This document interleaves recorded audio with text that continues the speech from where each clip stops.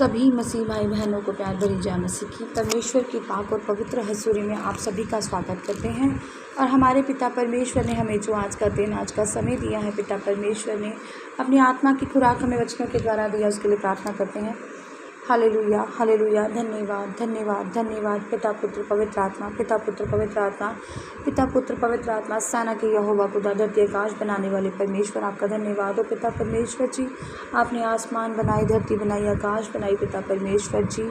हमें सुंदर पृथ्वी दी पिता परमेश्वर, जिस पर हम रह पा रहे हैं पिता परमेश्वर जी। हमने रहने को घर परिवार दिए, आपका धन्यवाद करते हैं पिता परमेश्वर। मेरे यहोवा पिता, हमारे घर परिवारों में हमें बनाकर रखा, सही सलामत रखा पिता परमेश्वर जी। हमारे बीते समय में हमारी अगुवाई की, मदद की पिता परमेश्वर जी। आने वाला समय भी आपके हाथों में देते हैं।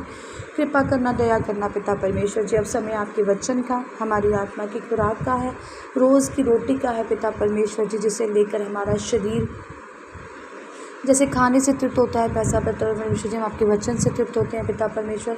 आपने कहा, वचन में, कलाम में लिखा है, धरती आकाश टल जाएंगे पर मेरे वचन कभी भी न टलेंगे। खुदावंद ने कहा, वचनों में बने रहो पिता परमेश्वर ने कहा, और अटल रखो। ये वचन तुम्हारी ज़िंदगियों में कार्य करें और तुम्हें 1000 गुना फल दें पिता परमेश्वर जी। हम आपके वचनों पर बने रहें पिता परमेश्वर जी। सचमुच आपके वचन हमें पिता परमेश्वर जी बल बुद्ध प्रदान करते हैं पिता परमेश्वर जी। आपके वचन हमारे राहों की ज्योति, हमारे जीने का, हमारे शुद्ध रहने का आधार है पिता परमेश्वर जी। आपके वचन सचमुच खुदा हमें नई सामर्थ्य देते हैं पिता परमेश्वर के द्वारा हम चलाए और बचाए जाते हैं पिता परमेश्वर। ये वचन हमारी ज़िंदगियों में कार्य करें। प्रार्थना यीशु नासरी के नाम में मांगते हैं, आमीन। हालेलुया। आज मैं आपके लेकर आई हूँ मत्ती 62 से 68 नंबर आयत तक। महासभा के सामने यीशु के कैसे परमेश्वर का जब जो कहते हैं ना सभा लगती है, जब वकील जज बैठे होते हैं तो वकील कार्रवाई करवाते होते हैं, वैसा ही ये समय था कि परमेश्वर को सज़ा सुनाई जाने वाली थी। गवाह खड़े हो रहे थे, झूठ बोल रहे थे गवाह, कुछ सच भी बोलना चाहते थे तो उनकी सुनवाई नहीं हो रही थी, क्योंकि वो सब होना ही था, ये तय था। वो झूठे लोग थे, फरीसी शास्त्री लोग थे, जो परमेश्वर पे आज से नहीं पता नहीं कब से आरोप ही लगा रहे थे और कब से इस ताक में थे कि हम परमेश्वर को नुकसान पहुंचाएं। हालेलुया। पढ़ते हैं, तब महायाजक ने खड़े होकर यीशु से कहा, क्या तू कोई उत्तर नहीं देता? ये लोग तेरे विरुद्ध में क्या गवाही देते हैं? परंतु यीशु चुप रहा। तब महायाजक ने उसे कहा, मैं तुझे जीवते परमेश्वर की शपथ देता हूँ कि यदि तू परमेश्वर का पुत्र है तो हमसे कह दे। हालेलुया। अब महायाजक ने जब उस परमेश्वर से कहा, जब वहाँ पर खड़े थे, तो यीशु से कहा कि तू हमें कोई उत्तर दे, तू हमें बता कि जो तेरे सामने ये कह रहे हैं क्या वो सही है। अब परमेश्वर ने जब उनसे कहा कि जब तुम किसी की बात सुनना ही नहीं चाहते, मानना ही नहीं चाहते, और मैं सच भी बोलूँगा, क्योंकि उन्होंने ठान लिया था, उन्होंने प्रण कर लिया था, वो आज से नहीं, परमेश्वर पर कब से उंगलियाँ उठाते थे, परमेश्वर को कब से झूठा साबित करने की वो कोशिश कर रहे थे। ये तो कहते हैं ना कि गोल्डन पीरियड था, कि बस अब समय आ गया था, तो अब उनकी बात जो थी वो पूरी होने वाली थी।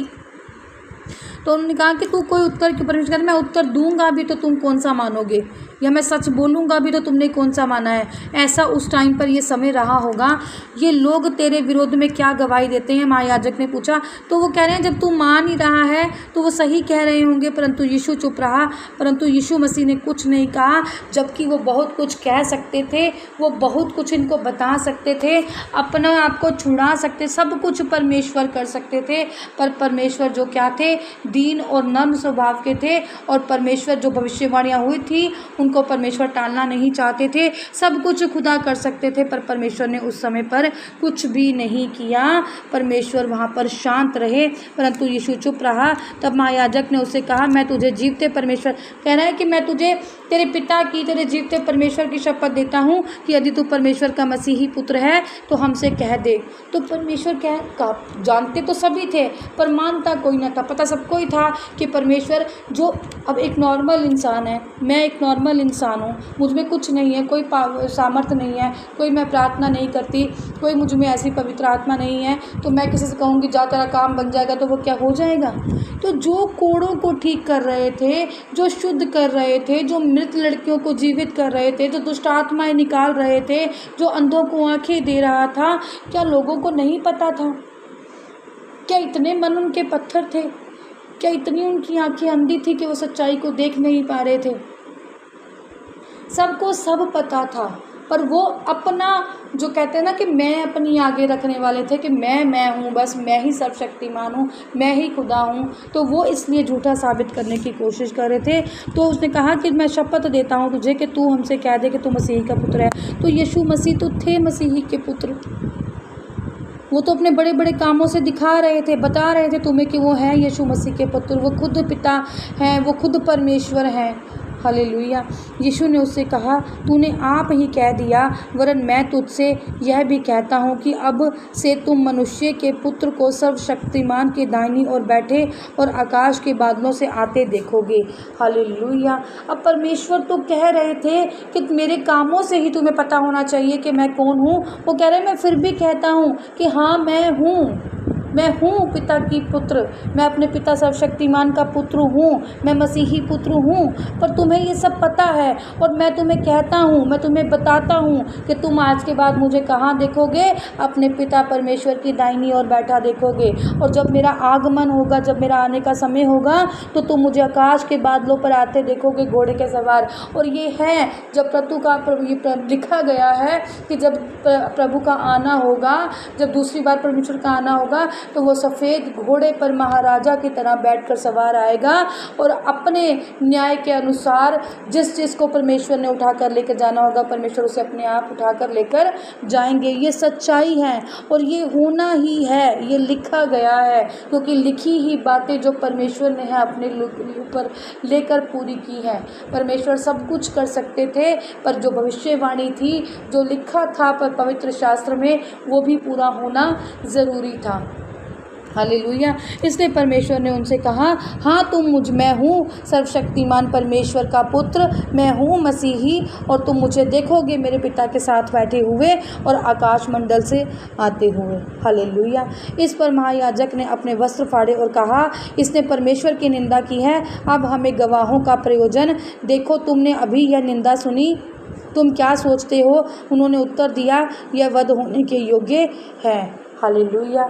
अब उनको तो जस्ट एक मौका चाहिए था, एक बात चाहिए थी कि वो जो अपराधी नहीं भी हैं उसको मौका मिलना चाहिए था कि हम उसे दंड दें, और ये मौका उनको मिल गया। और उन्होंने क्या कहा? सबसे कहा कि इसने अपने खिलाफ गवाही खुद ही दे दी है, इसने आपने खुद ही निंदा सुनी है कि ये कैसे अपने आप को परमेश्वर का पुत्र बता रहा है। इसने परमेश्वर की क्या की है? निंदा की है। एक जो बहाना उनको चाहिए था वो उनके प्रभु यीशु मसीह के ये कहने से उनको मिल गया। जैसे कहते हैं ना, किसी एक को बात मिल जाए, बस एक बात मिल जाए, वो उसको पकड़ के राई का पहाड़ बना लेते हैं। ऐसा ही वो जिस बात की ताक में थे, क्योंकि उस समय पर भी कुछ नियम कानून होते होंगे कि भाई इस समय नहीं देना, या उसकी गवाही पर काम करना है, या वो सच बोलेगा तो फांसी देनी है, या उसके प्रति कोई गवाह मिलेगा तो उसको फांसी देनी है, उसे मारना है। जैसे आज के कानूनों में भी होते हैं कि सबूत इकट्ठे होंगे तो पता लगेगा कि ये जुर्म हुआ है और इसने जुर्म किया है, तो इसको फांसी दी जाए। और यहाँ पर भी वो साबित करने की कोशिश कर रहे थे, वो झूठे गवाह पैदा कर रहे थे कि हमें एक ऐसा कानून होगा कि जुर्म साबित होगा तभी वो लटकाए जाएंगे, तभी उन्हें फांसी दी जाएगी, तभी उन्हें लटकाया जाएगा क्रूस पर। और यहाँ पर जब परमेश्वर ने ये शब्द दिए तो उनको क्या मिल गया? एक तरह से अपनी बात मिल गई और चढ़ाई करने का मौका मिल गया। हालेलुया। तो उन्होंने कहा कि इसने निंदा की है, हमने इसकी निंदा सुनी है। और हमने क्या, सबने जो यहाँ पर खड़े हुए हैं, जो सब यहाँ पर मौजूद हैं, उन सब ने क्या सुनी है? निंदा सुनी है। तो ये क्या है? ये वध होने के योग्य है, ये क्रूस पर चढ़ाए जाने के योग्य है, ये सज़ा के योग्य है, ये फांसी के योग्य है। तो उन्होंने क्या करा? परमेश्वर को गुनहगार ठहराया। और जैसे कहते हैं ना कि एक कटघरे में जब मुलजिम खड़ा हो तो जज के सामने सबूत पेश करने पड़ते हैं, गवाह पेश करने पड़ते हैं कि उसका जो जुर्म है वो साबित हो जाए। ऐसा ही यहाँ पर भी उनको गवाह तो कोई मिले नहीं, वो तो सच्चाई साबित हुई नहीं, पर परमेश्वर ने जब सच भी बोला तो उन्होंने उनको क्या समझ लिया? उनकी गवाही। हालेलुया। और साबित कर दिया कि अब ये क्रूस पर चढ़ाए जाने के लिए, ये वध होने के लिए, ये फांसी पर चढ़ाए जाने के योग्य है। झूठ, सब झूठ चल रहा था, सब खिलाफत चल रही थी प्रभु के, परमेश्वर के खिलाफ, सब झूठी याजक सब झूठे फरीसी परमेश्वर को झूठ बोल बोल कर निंदा दे रहे थे, मजबूर कर रहे थे, परमेश्वर को गलत बोल रहे थे, खुदा को सब गलत हो रहा था परमेश्वर के साथ। पर परमेश्वर ने अपना धैर्य बनाए रखा, अपनी दीनता बनाई रखी, अपनी नम्रता बनाई रखी और कहा परमेश्वर ने, कर लो जो तुम करना चाहते हो। हालेलुया। तब उन्होंने उसके मुंह पर थूका और घूंसे मारे और दूसरों ने थप्पड़ मार कर कहा, हे मसीही, हमसे भविष्यवाणी कर कर कह कि मुझे किसने मारा।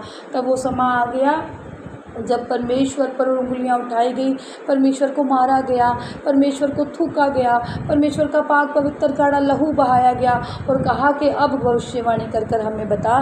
कहते हैं ना कि अब कर तू जो कर सकता है, अब बुला अपने कदर को, अब कर भविष्यवाणियाँ, अब क्या है कि तू कुत्ता का खुदरा है, अब तू क्या है कि मैं दोबारा आने वाला हूँ, मेरा आने का समय है, मैं 3 दिन के बाद मुर्दा होकर जी उठूँगा। ऐसे परमेश्वर पर वो इल्ज़ाम लगाने लगे और परमेश्वर को मारा, परमेश्वर की निंदा की, परमेश्वर को थूका गया।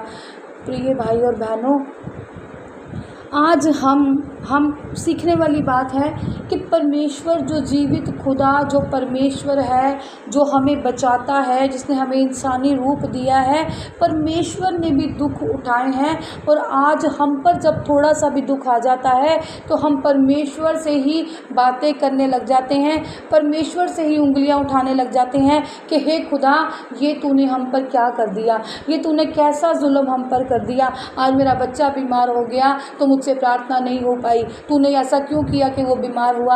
हम उंगलियां उठाने लग जाते हैं पिता पर, जबकि पिता परमेश्वर के वचन में लिखा है कि जब तू बढ़ेगा तो कष्ट आएंगे, तेरा बढ़ना, वो तेरा आगे बढ़ना, परमेश्वर में बढ़ना, तेरी प्रार्थनाएं करना, तेरा 4 बजे उठकर प्रार्थनाएं करना, वो सबूत होगा इस चीज़ का कि तू अगर तेरे में कोई रुकावट आ जाएगी या कोई परेशानी आ जाएगी तेरे सामने, तो वो तेरा आगे बढ़ने का सबूत होगा, वो तुझ पर परमेश्वर की कृपा और दया होने का सबूत होगा, वो समय साक्षी होगा कि तू परमेश्वर में बढ़ने वाला है और बरकतों को पाने वाला है। हालेलुया। अब एक मसीही जिंदा खुदा जिसने हमारे लिए दुख उठाए, और आज हम थोड़ा सा भी दुख आता है तो गलत कहना शुरू कर देते हैं, पीछे मुड़ने लगते हैं, परमेश्वर मैं तुझे आज के बाद नहीं मानूंगा, परमेश्वर मैं तुझसे, मैं भी ऐसा करती थी। मैं किसी के बारे में तो क्या कहूँ, मेरा भी विश्वास पहले थोड़ा सा इतना ही कमज़ोर था कि थोड़ा सा कष्ट मुझ पर आ जाता था तो मैं परमेश्वर से कहने बैठ जाती थी, हे खुदा, क्या मैं तेरे चर्च में आना छोड़ दूँ? हे खुदा, क्या चाहता है कि मैं तुझे मानना छोड़ दूँ? तू क्या चाहता है कि मैं तेरी बाइबल पढ़ना छोड़ दूँ? तू क्या चाहता है कि मैं तुझसे प्रार्थना करना छोड़ दूँ?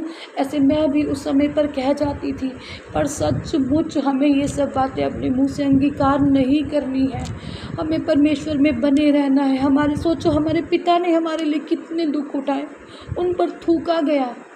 आज हम पर कोई थूके तो हम तलवार निकालने की ताक में रहते हैं कि हम तलवारों से घात करते हैं उस इंसान को, पर परमेश्वर ने हमारे लिए अपने ऊपर कोड़े बरसवाए, हमारे लिए परमेश्वर को थूका गया। ये सब परमेश्वर ने हमारे लिए किया है। आप मानो प्रिय भाई बहनों, परमेश्वर ने हमारे लिए दुख उठाए हैं कि हमें बुद्धि मिल जाए, हम सही हो जाएं, हम परमेश्वर में बने रहें, हम प्रार्थनाओं में बने रहें, हम परमेश्वर की स्तुति आराधना करते रहें, हम एक दूसरे से प्रेम करें।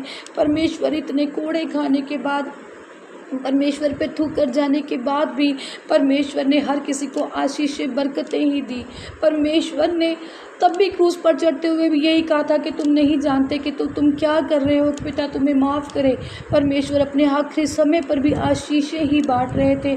सचमुच आज मेरी आपसे प्रार्थना है, जितने भी लोग हमारी हजूरी में बैठे हैं, इस प्रार्थना सभा को सुन रहे हैं, इस गवाही को सुन रहे हैं, मेरी जो बातें मेरे मन से निकल रही हैं, जो परमेश्वर मेरे अंदर डाल रहा है, उसे सुन रहा है, तो मेरी आप सबसे आज एक यही विनती है, आज मेरी प्रार्थना आज सबसे यही है कि जितना हो सके प्रभु में बने रहो, जितना हो सके परमेश्वर की आज्ञाओं को मानो और आज्ञाकारी पर चलो, प्रेम करो, धैर्य में बने रहो। सचमुच परमेश्वर आपको अपनी सामर्थ्य देंगे, मुझे भी दी है, आपको भी देंगे, मुझे भी बदला है, आपको भी बदलेंगे, आपके द्वार खुल जाएंगे, आपके रुके काम पूरे हो जाएंगे। थोड़ा सा आप प्रभु को कुछ दो तो सही, परमेश्वर आपको बहुत कुछ देंगे, ऐसा मेरा विश्वास है। आप एक कदम तो बढ़ाओ, परमेश्वर 2 कदम बढ़ाकर आपके पास आएगा। परमेश्वर की दी कुर्बानी को याद रखो मेरे प्रिय भाई भाई बहनों, जो उन्होंने हमारे लिए किया है उसे याद रखो, उस पर चलो, उस पर मनन करो। कोई मुश्किल नहीं है। हाँ, थोड़ा सा है कठिन पर नामुमकिन नहीं है। अगर आप करने पर आओगे तो परमेश्वर आपको बल देंगे, ये मेरी गवाही है। सचमुच खुदा आपको बल प्रदान करेंगे, अपनी पवित्र आत्मा की सामर्थ्य भरेंगे, अपना मसा आप पर उड़ेलेंगे पिता परमेश्वर, जैसा पिता परमेश्वर ने 120 लोगों पर उड़ेला था। सचमुच आज खुदावन की हजूरी में बैठकर प्रार्थनाएं करो। उठो सुबह, मैं कहती हूँ उठो परमेश्वर की, सुबह दोपहर शाम के करो प्रार्थनाएं, मानो परमेश्वर के वचन, पढ़ो परमेश्वर के वचन, बोलो। जब कोई आपसे लड़ने भी आए तो परमेश्वर के वचन याद करो, मांगो परमेश्वर से कि खुदा आपके वचन मुझे याद हो। जब कोई मुझसे लड़ने भी आए तो मैं आपका वचन उसको सुनाऊं और मैं खुद काबू पा जाऊं, वो मुझे कुछ भी बोलकर चला जाए पर मैं आपके वचन में बना रहूं, क्योंकि मुझे आपके लिए कुछ करना है। आपने जो मेरे लिए कुर्बानी दी, आज मेरा समय है कि मैं आपके लिए कुछ करूं मेरे खुदावन। जब आप ऐसा प्रण कर लेंगे परमेश्वर आपकी मदद करेंगे। खुदावन इन वचनों से आपको बनाए रखें, आपको ब्लेस करे, आपको आशीषित करे, आपको बल से भरे, आप में सामर्थ्य दे। प्रार्थना यीशु नासरी के नाम में मांगते हैं। आमीन, आमीन और आमीन।